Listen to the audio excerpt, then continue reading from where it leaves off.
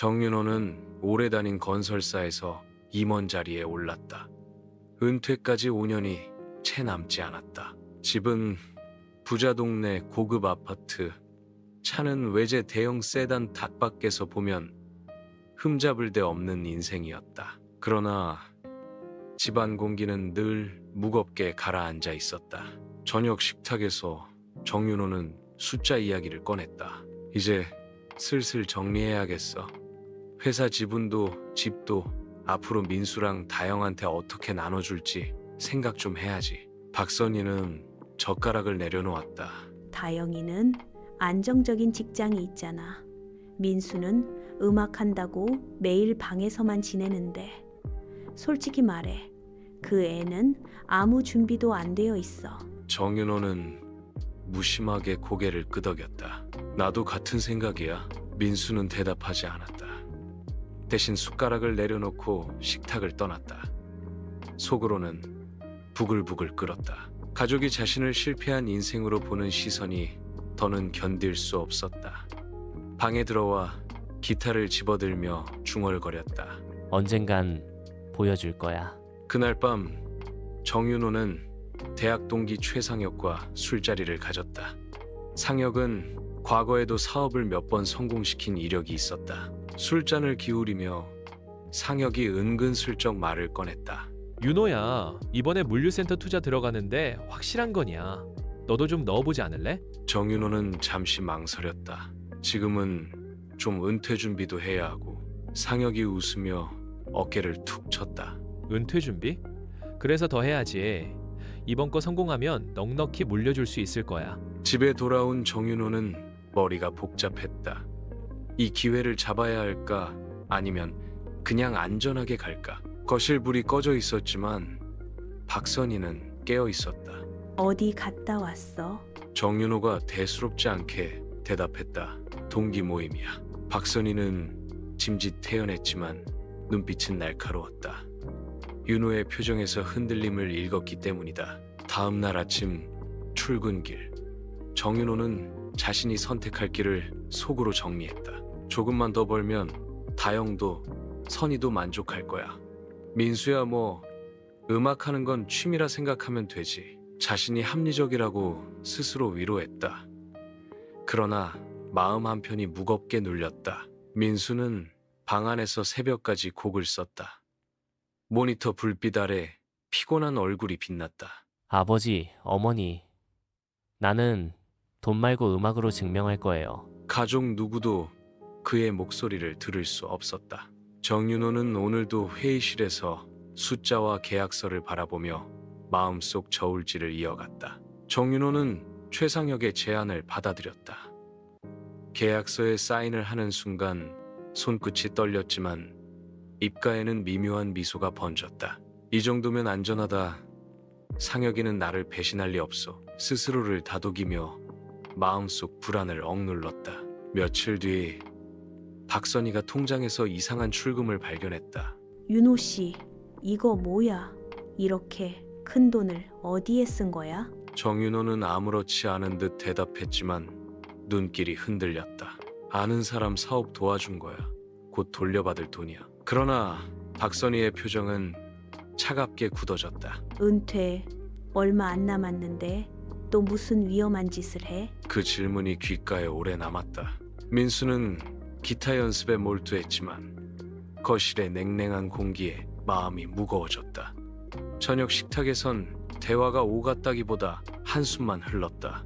정윤호는 아들의 연주를 흘낏 보며 짜증 섞인 목소리를 냈다. 민수야, 언제까지 이럴 거냐? 민수는 연주를 멈추고 대꾸했다.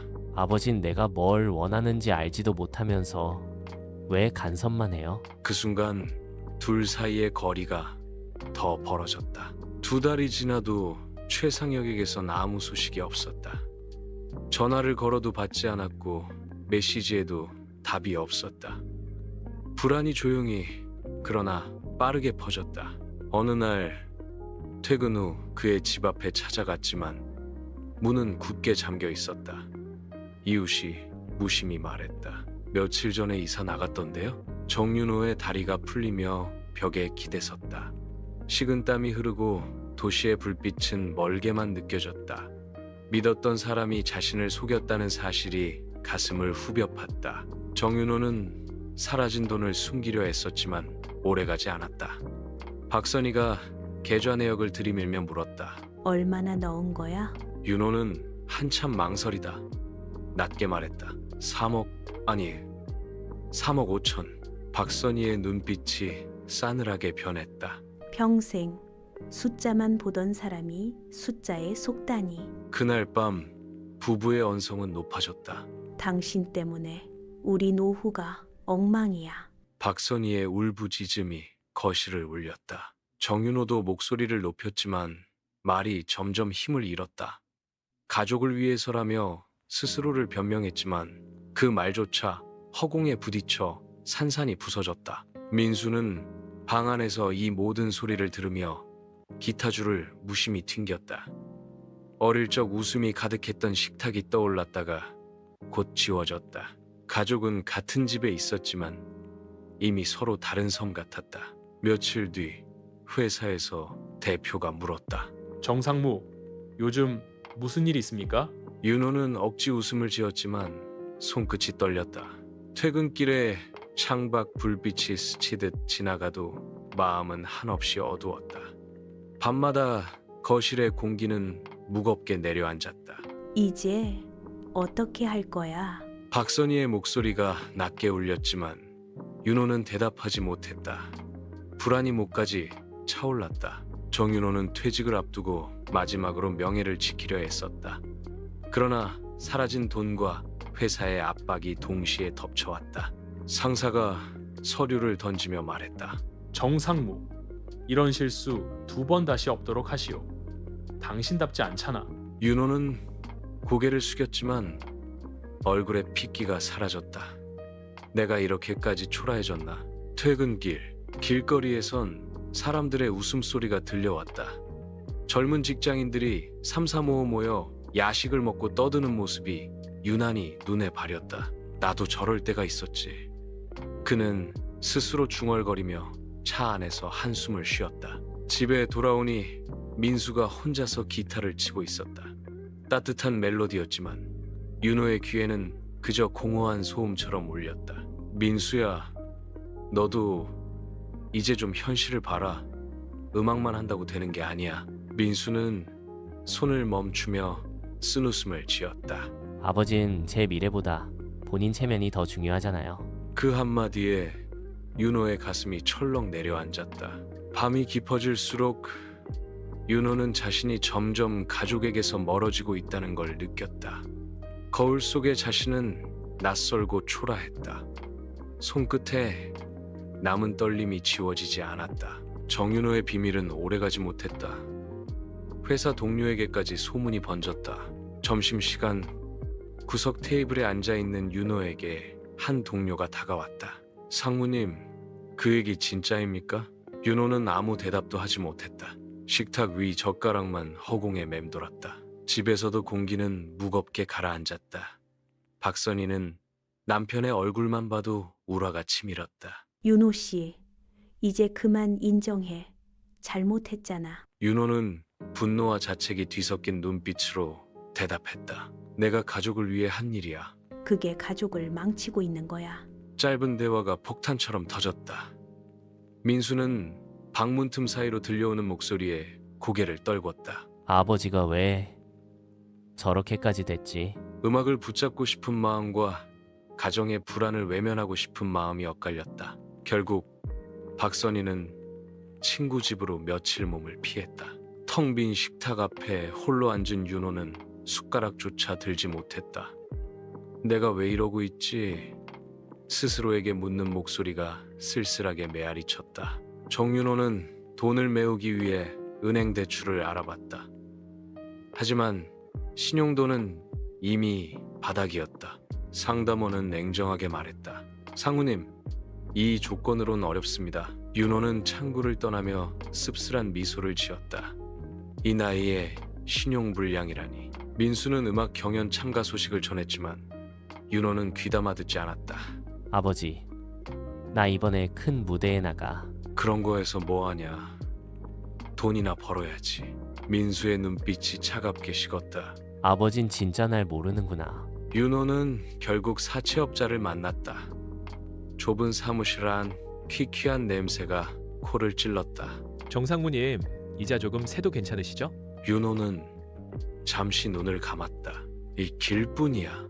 사인을 하고 나올 때 손끝이 얼어붙는 듯 떨렸다. 그날 밤 거실에 앉아 술잔을 기울이며 윤호는 낮게 중얼거렸다. 내가 뭘 위해 이렇게 사나. 이자는 눈덩이처럼 불어났다. 사채업자의 독촉 전화가 매일 울렸다. 윤호는 번호를 차단했지만 낯선 차들이 집 근처를 서성거렸다. 어느 날 저녁 민수가 연습실에서 늦게 돌아오는데 검은 승용차가 따라붙었다. 겁에 질린 민수가 집에 뛰어들어오자 박선희가 소리쳤다. 윤호 씨, 대체 무슨 짓을 한 거야? 윤호는 침묵했지만 얼굴이 하얗게 질렸다. 결국 모든 사실이 드러났다. 3억 5천의 사기, 사채, 회사 내 입방아까지. 박선희는 울며 소리쳤다. 가족까지 위험하게 만들 거야? 윤호는 아무 말도 하지 못했다. 손끝이 떨리고 시선은 바닥을 향했다. 민수는 방문을 걸어 잠그고 기타를 내려놓았다. 음악이고 뭐고 다 필요 없어. 가족이 이렇게 무너지는데. 윤호는 밤마다 혼자 거실에 앉아 있었다. 술잔만 채워지고 비워졌다. 시계 초침 소리조차 귀를 찔렀다. 이대로 끝나는 건가? 정윤호는 더 이상 숨을 곳이 없다는 걸 깨달았다. 새벽녘, 거실 불만 켜진 채 홀로 앉아 있었다. 문득 잠든 가족 사진이 눈에 들어왔다. 환하게 웃는 얼굴들이 가슴을 파고들었다. 내가 지켜야 할 건 체면이 아니라 이 사람들이었는데. 아침, 윤호는 가족 앞에 무릎을 꿇었다. 미안하다. 나 때문에 다 망가졌다. 다시 시작해보자. 박선희는 차가운 표정이었지만 눈가가 떨렸다. 민수도 아무 말 없이 윤호를 바라봤다. 윤호는 사채업자를 찾아가 남은 재산을 모두 정리해 일부를 갚고 변제 계획서를 받아냈다. 회사에도 사표를 제출하며 모든 사실을 솔직히 털어놨다. 비난이 쏟아졌지만 마음만큼은 이상하게도 가벼웠다. 며칠 뒤 민수의 경연날, 윤호와 박선희는 함께 객석에 앉았다. 무대 위 아들의 연주가 시작되자 윤호의 눈가가 젖었다. 내가 정말 잃을 뻔했던 게 뭔지 이제야 알겠구나. 박수 소리 속에서 가족은 서로의 손을 꼭 잡았다. 다시 시작할 수 있다는 희미한 희망이 그 자리에 피어났다.